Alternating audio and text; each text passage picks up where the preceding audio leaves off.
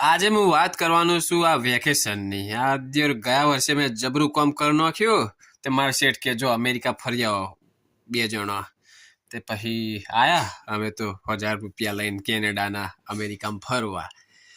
પણ અહીંયા આવીને જે મારું લોહી ભરી ગયું છે ને અમેરિકામાં, એને શું કેવું ભૂડાવો તમને. અલ્યા ભાઈ, એટલો રૂપિયો નકરી પબ્લિક જોડે. હા, આમ લેટ આવતો આમ રૂમાલ કાઢે કોઈ ખીચામાં તો 10-12 રૂપિયા તો એમના ડોલર જ્યાં પડી જોય ભૂડા. પછી જો એક કિસ્સો કહું તમને, ચેવો રૂપિયો આ લોકો જોડે. એક જગ્યાએ હું જતો તો હેડી, તે થોબડાને લાકડી બાકડી ઉડી જઈએ છીએ. તો આપણે તો જે થોબડાને લાકડી હોજ કરવી હોય તો ચમની કરીએ, આપણે સીડી લગાવીએ ઉપર થોબલા ઉપર ચડી જઈએ લાકડી હોજ કરી દઈએ. આ તો મારા હેલિકોપ્ટર લઈને આયા, નેચર માણસ ને લટકાઈને લાકડી ફિક્સ કરાવી હતી. બોલો, આટલો રૂપિયો. પછી અમે ત્યાંથી આગળ નીકળ્યા ને હગાવાલાને તો જવું હતું. તે અમારે થોય હગાવાલા એમના ઘેર જ્યાં, તે એમને નવું ઘર બાય કરેલું, તે લઈ ગયા જોવા કે હેડો ઘર જોવા જઈએ. તે ઘર જોવા તો ઘર તો છોડો, એમના તો બાથરૂમમાં હોલ હોય,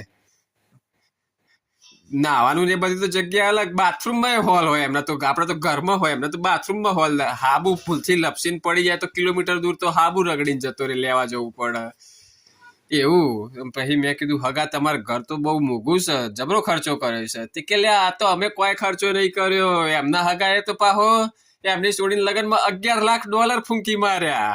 બોલો. અને જેના તો જઈએ એના જોડે કે અમારા જોડે 5 સ્ટોર, અમારા જોડે 7 સ્ટોર. અમારા સ્ટોર તો દાડાનું $1000 સેલ કરે, $2000 સેલ કરે. હા, મેં કીધું જબરું છે આ કેનેડા વાળાને કાઠું છે બાપુ. આવું નાવું ચાલ્યું તો પછી કાઠું છે ભાઈ. આપણે તુલના ના કરાય અમેરિકાની કેનેડા વાળાના. એટલે આવું છે, મારે તો લોહી ભરી ગયું. અને પાછું વેધરે સારું આવ્યું તો. હાય ઓન કરતા તો એક ભૂરી બુરીએ ઘમણ લીધી હોત ને આપણને અમેરિકાની, તો કોમ થઈ જોત. હેડા હવે તો કોઈ નહીં, બિસ્તરા પેટલા પેક કરીને જઈશું પાછા ત્યાં અમારા ખાખરિયા ટપ્પામાં.